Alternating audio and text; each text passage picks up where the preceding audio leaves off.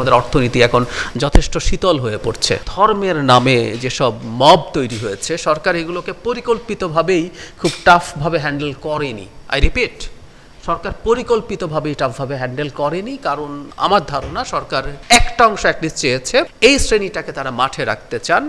ভবিষ্যতে যে শ্রেণীটা মনে করেন যে নির্বাচনটাকে অ্যাজ মাচ অ্যাজ পসিবল পেছাবেন, বিএনপি যদি মাঠে নির্বাচনের জন্য দাবিতে নামতে হয় তার কাউন্টার একটা ফোর্স হিসাবে। আমরা নিউ ইয়র্ক টাইমসের কথা বলি, এখন অবিশ্বাস্যভাবেই সরকারের কাছে নিউ ইয়র্ক টাইমসের রিপোর্ট আর ভাল লাগছে না। ওই রিপোর্টের পর প্রেস সেক্রেটারি যে স্টেটমেন্ট দিয়েছেন, এটা অত্যন্ত নভিস, অত্যন্ত বাজে একটা স্টেটমেন্ট হয়েছে। অথচ শেখ হাসিনার সময় নিউ ইয়র্ক টাইমসকেই আমরা অসাধারণভাবে ব্যবহার করেছি শেখ হাসিনার বিরুদ্ধে ফাইট করার জন্য। ডলারকে মোটামুটি বাজারের উপরে ছেড়ে দেওয়ার পরও ডলারের বিপরীতে টাকা শক্তিশালী হয়ে উঠছে। কিছুদিন আগে বাংলাদেশ ব্যাংক $50 কোটি বাজার থেকে কিনেছে, যাতে সে ডলারের বিপরীতে টাকা শক্তিশালী না হয়ে উঠতে পারে। কারণ টাকা যদি অনেক শক্তিশালী হয় তাহলে দেখা যাবে ডলারের বিনিময়ে যদি আমরা কম টাকা পাই, আমাদের রেমিট্যান্স কমে যাবে এবং খানিকটা এক্সপোর্টও ডিসরাপ্টেড হতে পারে। সুতরাং এই যে ডলারের চাহিদা কম, এটারও প্রধান কারণ আমার ইন্টারপ্রিটেশন হচ্ছে আমাদের অর্থনীতি এখন যথেষ্ট শীতল হয়ে পড়ছে।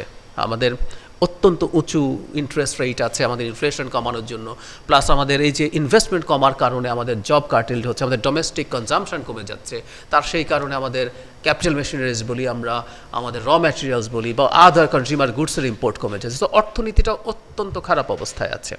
আমি বড় সর্বোচ্চ পর্যায়ে 2-3 জন ব্যবসায়ীর সাথে আমার কথা হয়েছে, আমি মাঝারি পর্যায়ের ব্যবসায়ীর সাথে কথা বলেছি, এমনকি পাড়ার মুদি দোকান, আমি এই কাজটা রুটিনলি করি, মুদি দোকানদারকে জিজ্ঞেস করি তার বেচা বিক্রি কেমন। এটা খুব স্বাভাবিক, এটাই হয়, তার বেচা বিক্রি ভালো অবস্থায় নেই, প্রত্যেকটা জায়গায় হয়েছে। তো আমাদের অর্থনীতিটা যে জায়গার দিকে হেডিং, আমি মনে করি এটা একটা মেজর ক্রাইসিস হিসেবে আমাদের সামনে হাজির হবে।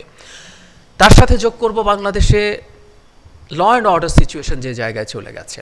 আমি সরকারের শুধু রিল্যাক্টেন্স বলি না, কিছু কিছু ক্ষেত্রে আমি সরকারের ইভেন অ্যাক্টিভ এন্ডোর্সমেন্ট আছে মনে করি। বিভিন্ন জায়গায় বিশেষ করে ধর্মের নামে যেসব মব তৈরি হয়েছে, সরকার এগুলোকে পরিকল্পিতভাবেই খুব টাফভাবে হ্যান্ডেল করেনি। আই রিপিট, সরকার পরিকল্পিতভাবেই টাফভাবে হ্যান্ডেল করেনি, কারণ আমার ধারণা সরকার একটা অংশ অ্যাটলিস্ট চেয়েছে এই শ্রেণীটাকে তারা মাঠে রাখতে চান।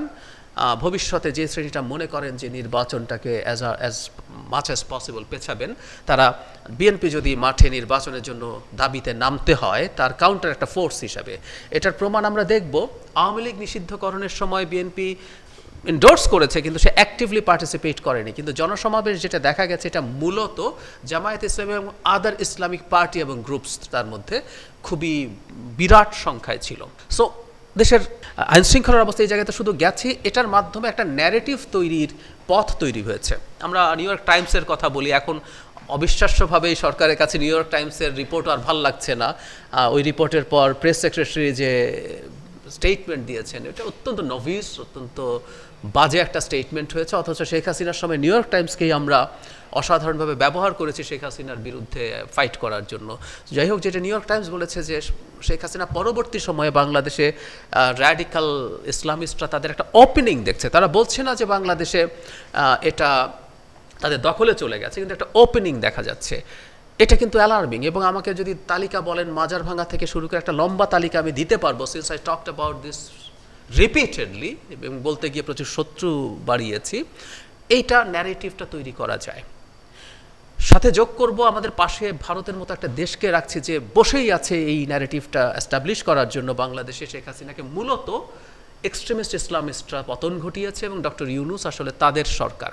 সো এই ন্যারেটিভটা এই সরকার যতদিন থাকছে, আমি দেখছি যে এই ন্যারেটিভটার গ্রাউন্ড তত বেশি করে তৈরি হচ্ছে এবং সেই প্রবণতা বাড়ছে।